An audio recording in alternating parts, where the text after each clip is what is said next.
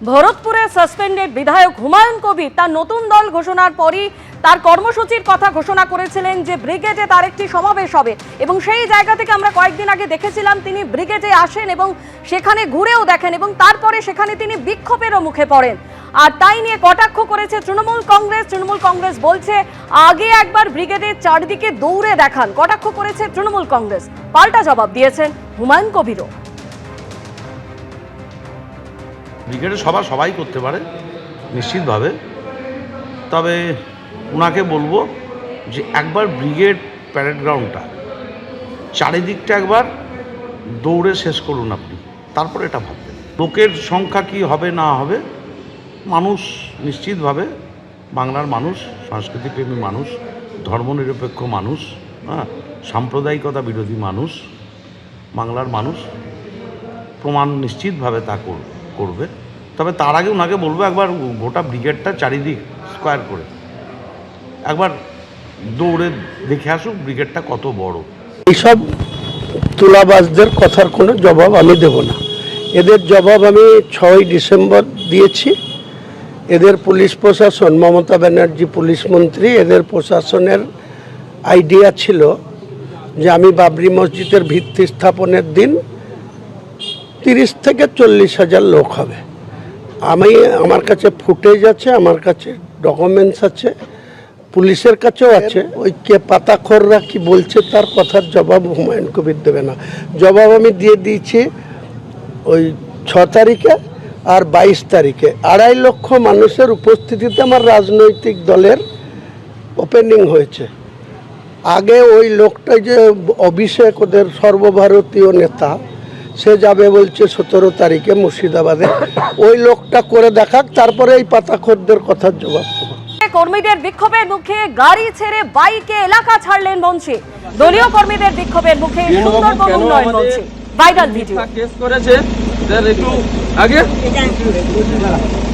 না সেটা একটু জবাব দিয়ে আপনাকে যেতে হবে আমাদেরকে, কারণ আমাদের আমাদের তো কোনো ছিল না, আমাদের নামে কেন 90 ঘর বাস করে 80 টাকা কেন কাজ হচ্ছে, এটা জবাব 80 টাকা আপনার সামনে হলো, স্যার এটা জানি আপনার সামনে আমরা বলবো। এখানে আমরা কোনো দল করিনি, আমরা দলের ছেলে, আমরা দলের ছেলে। কেন করতে কেন করতে ভিতরে কেন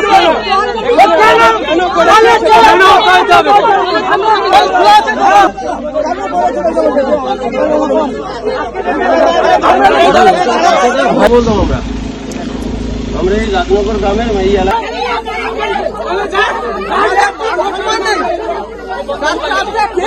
দেখুন, এটা আমরা আগেও বলেছি যে মে মাসে বা জুন মাসে সরকার পরিবর্তন হয়ে যাবার পরে সবচেয়ে গুরুত্বপূর্ণ ভূমিকা পালন করতে হবে পশ্চিমবঙ্গের রাজ্যপালকে।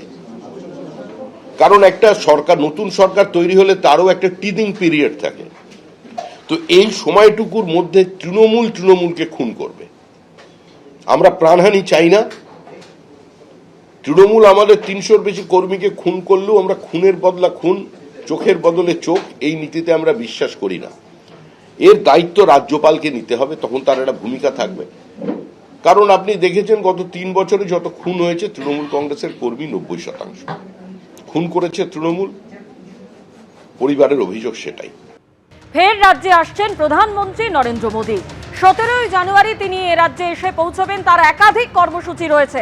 আর এ বিষয়ে বিস্তারিত জানতে কথা বলবো আমাদের প্রতিনিধি দীপক ঘোষের সঙ্গে। দীপক, 17 জানুয়ারি প্রধানমন্ত্রী নরেন্দ্র মোদী তিনি এ রাজ্যে আসবেন, তার একাধিক কর্মসূচি রয়েছে, সেই কর্মসূচি সম্পর্কে কি জানতে পারছো? 17 তারিখে তিনি জনসভা করবেন মালদায়, ইংরেজ বাজারে। তার আগে সরকারি অনুষ্ঠান রয়েছে। অমৃত ভারত রেল প্রকল্পের আওতায় মালদা রেলওয়ে স্টেশনকে নতুন করে সাজিয়ে তোলা হয়েছে, অত্যাধুনিকভাবে সাজিয়ে তোলা হয়েছে। সেই নতুন স্টেশনের উদ্বোধন করবেন প্রধানমন্ত্রী এবং সেই সঙ্গে সেই নতুন স্টেশন থেকেই সূচনা করবেন ভারতের প্রথম বন্দে ভারত স্লিপার এক্সপ্রেসের। সেই ট্রেনের উদ্বোধন করবেন সেই দিন। যদিও যাত্রী নিয়ে চলাচল করবে ট্রেনটি 18 তারিখ হাওড়া থেকে, তিনি 17 তারিখ উদ্বোধন করে দেবেন। 17 তারিখ মালদা থেকে তিনি দুটো অমৃত ভারত এক্সপ্রেস উদ্বোধন করবেন। একটা মালদা থেকে নাগপুর যাবে আর একটি মালদা থেকে দক্ষিণ ভারতের শেষ সীমা পর্যন্ত যাবে। এখন 18 তারিখে তিনি পরের দিন আবার চলে আসছেন হাওড়াতে। সেখানে সভা করতে, হুগলিতে সভা করবেন তিনি, হাওড়াতে নয়, হুগলিতে সভা করবেন তিনি। হুগলির সিঙ্গুরে জনসভা করবেন। তার আগে সরকারি অনুষ্ঠান বলতে হুগলি থেকে পুরুলিয়া পর্যন্ত একটা লোকাল ট্রেনের উদ্বোধন করবেন, তারপরে তিনি জনসভা করবেন। বিজেপির তরফ থেকে যেটা বলা হচ্ছে যে তারা এই নির্বাচনে বিশেষভাবে তুলে ধরতে চাইছেন রাজ্যের শিল্প পরিস্থিতির অবস্থা। দীর্ঘদিন ধরে বিরোধীরা অভিযোগ করে গত 15 বছরে না এসেছে বিনিয়োগ, না হয়েছে কর্মসংস্থান। সুতরাং সিঙ্গুর একটা প্রতীকী। সিঙ্গুরে যেটা বিরোধীরা অভিযোগ করে সেটা হচ্ছে একটা শিল্পের অপমৃত্যু হয়েছে সেখানে, এবং তারপর থেকে পশ্চিমবঙ্গ কার্যত বিনিয়োগ শূন্য হয়ে গেছে। কর্মসংস্থানের প্রশ্নে বড়সড় একটা খাত প্রশ্নচিহ্ন তৈরি হয়েছে। এই জায়গায় দাঁড়িয়ে সিঙ্গুরকে বেছে নিচ্ছে বিজেপি, এবং সেখানেই প্রধানমন্ত্রীকে দিয়ে তারা সভা করবেন সিদ্ধান্ত হয়েছে। আজকে বিজেপি রাজ্য সভাপতি শ্রমিক ভট্টাচার্য নিজে দাবি করেছেন যে দিন কয়েক আগে চিন্তা গিয়েছিলেন, তখন কেন্দ্রীয় স্বরাষ্ট্রমন্ত্রী তাকে ডেকে নিয়েছিলেন এবং বর্তমান শিল্প পরিস্থিতি এবং ভবিষ্যতে কি করা যেতে পারে তা নিয়ে দীর্ঘ আলোচনাও হয়েছে তার সঙ্গে। অর্থাৎ তিনি বলছেন যে কেন্দ্রীয় নেতৃত্ব রাজ্যের শিল্প পরিস্থিতি নিয়ে উদ্বিগ্ন এবং তারা কিছু করতে চাইছেন রাজ্যের জন্য।